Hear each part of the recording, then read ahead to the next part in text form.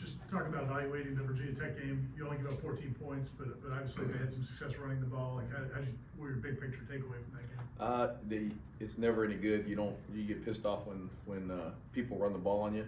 Now I told the guys though the whole time. I think I said it in here too. They're like a triple option team now. Like they are going to run the ball 40, 50 times. They're going to run it with the quarterback. They really do a great job in the run game. Those kind of teams, like you're not going to shut down completely. All you're going to do is make them work for the yards, and then eventually something's going to happen. Whether you can take the ball away, crucial stop in a situation, something, and then once you get the ball back to the offense and they get up enough, and you got to make them throw the ball, then it should be game over. And so, we didn't do a couple that I didn't like the tackling in there. Just our tracking. I thought our alignments again. Our alignments were off, so runs that should be 3 and 4 yards are gaining 7 or 8 yards just because we're a whole man short, we're a whole man over one, and then all of a sudden like he can't get there to make a tackle. So, but it's always better to correct those mistakes in a victory than it is in a defeat. So we gotta correct it because again you got another team that's they're gonna see it. They're gonna run the ball. They run the ball well. I mean they were averaging like 150 plus yards a game rushing. So it's gonna be a challenge. Liam? You guys lose Jabril for the season, but Shamar's kind of stepped up into some starting roles throughout the year, and obviously will be one of the guys to replace him. What have you seen from him?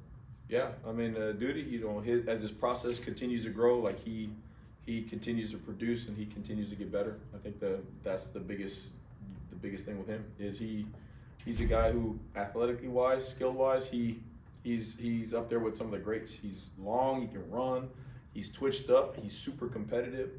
He's got good instincts, so the sky's the limit for Duty. He just needs to continue to grow, continue to do things the right way, and the more opportunities come to him, it's gonna prove to him like, hey, if your process is working, you're gonna make plays and produce. And if it's not, if you're not taking care of the details, if you're not on it both on and off the grass, then chances are when those opportunities come, you're not gonna make the most of them. So I'm glad to see him turn that way. He's maturing and it's showing up, but we need to continue to help him. Chris? You spoke about wanting physicality against Virginia Tech. Where did they land with regards to what you were hoping for? Yeah, no, not good enough. Obviously, 200 yards, nothing. Like that's nothing. Now there were some individual performances that I thought were really good, and there were some things that we did do well. Anytime you can take the ball away, anytime you stop them on 4th down, get the ball back to your offense, like those things can be game-changing plays. But again, like the rule number 1 is you don't want people to run the ball on you. That opens up everything, and so got to go back and just again clean up and make sure why those things are happening, and then put those guys in a position and tweak things in practice so that way they're getting the extra work that way, and then let's see what happens. Brendan? When some of you mentioned alignment issues in stopping the run, when it's something like that I guess is controllable, but pre-play, is that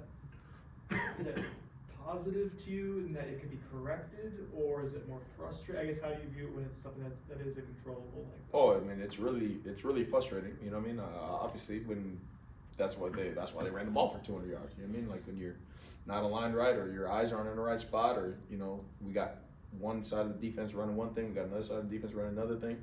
Like, that's frustrating. But again, to correct it in a victory, to still go out there and do things that you need to do.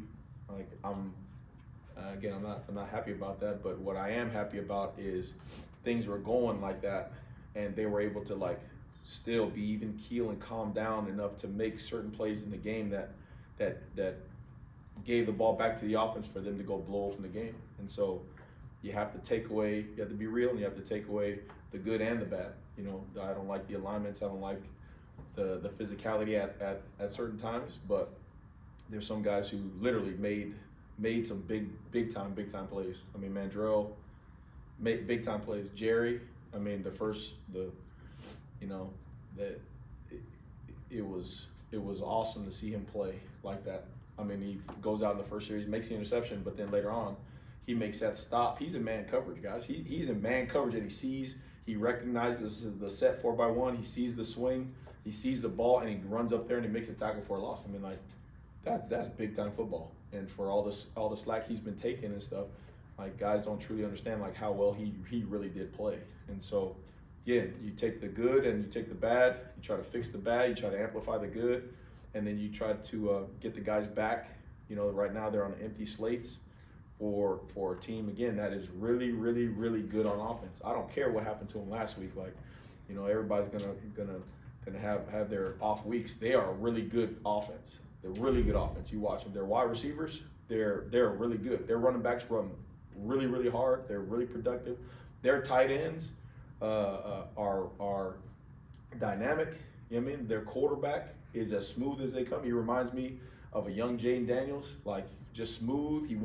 He's good enough to run it around, you know, but he wants to throw the ball. You watch his balls, they're on the money. This is a good offense. So, you know, we got to make sure that we correct that stuff, but we're honing in on what we have to do to go play in hostile territory. We'll go back to your right for Corey. There was a play I asked Coach Norvell about this in the Clemson game where he was very frustrated with Jerry, took him off the field, or you guys took him off the field.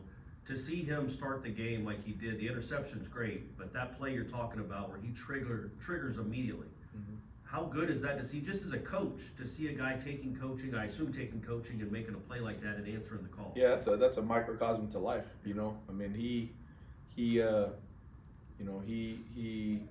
had a thing there for senior day, okay, and so he was emotional about it, and again, man, just the kind of the motto of the week is built for it. Well, that just shows you, you know, just a little thing about him, like you said, Clemson game, just kind of got off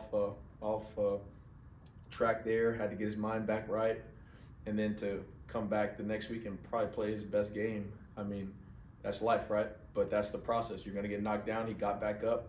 And so, you know, kudos to him and really, really grateful and thankful for him. And then now he's getting himself ready to try to go play another great game here at NC State. So it's good for him. Ira? When you've been part of teams that had success on the road, are there common things that you saw in those teams, and what does this team need to do to get those things? No, I think the commonality is just the confidence and the, as we say, like being like water. Like, again, you're going into a hostile territory, you're traveling, doing all that stuff.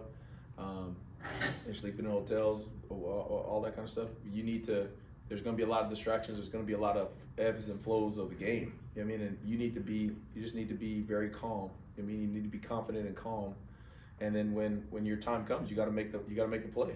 I mean, you just simply got to make the play. And coaches tweaked up some of the stuff on the schedule, you know, and finding the right formula for this team, because every single team is different. No matter where I've been, no matter what coach, like every single team, nothing is ever done the exact same way because every team is different. You know, has a different feel to it. So he's doing that, and you know, as coordinators, we're doing our part to make sure that the guys feel confident in the game plan, and so they can go execute and go into, again, you know, I played down there when I was at Syracuse, and it's a really good environment. ESPN Friday night, you know, all eyes on us. So it's gonna be a heck of a ball game. Liam? You mentioned CJ Bailey a little earlier, but just how hard is it to game plan for him, and how disciplined do you have to be? Because he can launch him downfield as quickly as he can take off for a 10. He can make every throw, dude. He can make every throw, and he's good enough to extend plays with his feet. Now, he don't want to run it like that, but he is as good of a quarterback at extending plays and throwing the ball downfield as you'll see. You know, he's athletic, and again, the weapons around him. I tell you, they got 3 or 4 wide receivers that are all really highly skilled guys with the ball.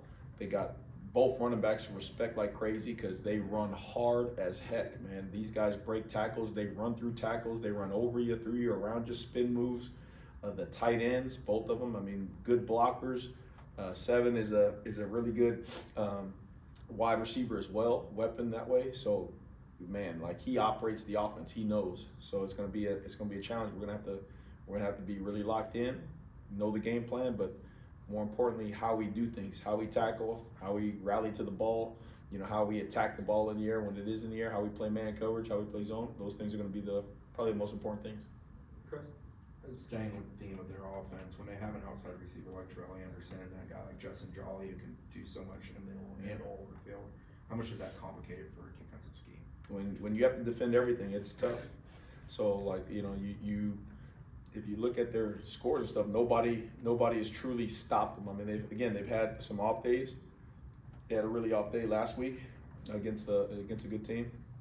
But if you look at all their scores and all their yardage and points and stuff, like, they score points on everybody. You know, they run the ball on everybody. They are able to to be efficient enough in the passing game on everybody. So you got to be great in the situations. You know what I mean? Like when they run the ball, you know, we got to keep the runs down to a minimum.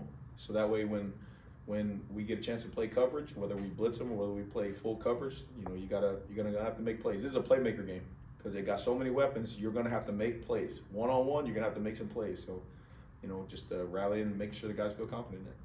Brendan? I wanted to ask about Mandrell's sack. When we talked to Coach Norvell yesterday, he said he has the ability to, I guess, two-gap and make a choice. Yeah. The reaction time for him, if he makes that wrong choice, that could be a long running play. Yeah. For someone that young to have, I guess, the awareness to the reaction times to make that, how unique is that? Yeah, I told you earlier, like he a freshman, but he really not a freshman. Both the twins are like that. You know what I mean, Daryl just hasn't been in those exact positions yet, but both of them, I mean, they're not really freshmen. You know what I mean, those guys are football guys, and they're really instinctive, and they saw it. You know, just like you said, if he misses that play, it's probably going for 40. I mean, it's wide open, and he's taking off running, especially with that quarterback. He's gone. But for him to be able to see and lock, you know, go back to his training, all the drills that he does in practice, all the things that the T-Night takes him through, for him to lock out, to see the ball, to go over there, and then like to actively try to put his hand through there and punch at the ball like that, that's headsy. I said I thought he should be a freshman All-American, but you know, I know he's a freshman All-American. But he's truly growing to be one of the better D linemen in the country. Period. So, got to continue that process. Continue to do the things that make him feel confident in the scheme and himself, and then let him rock out.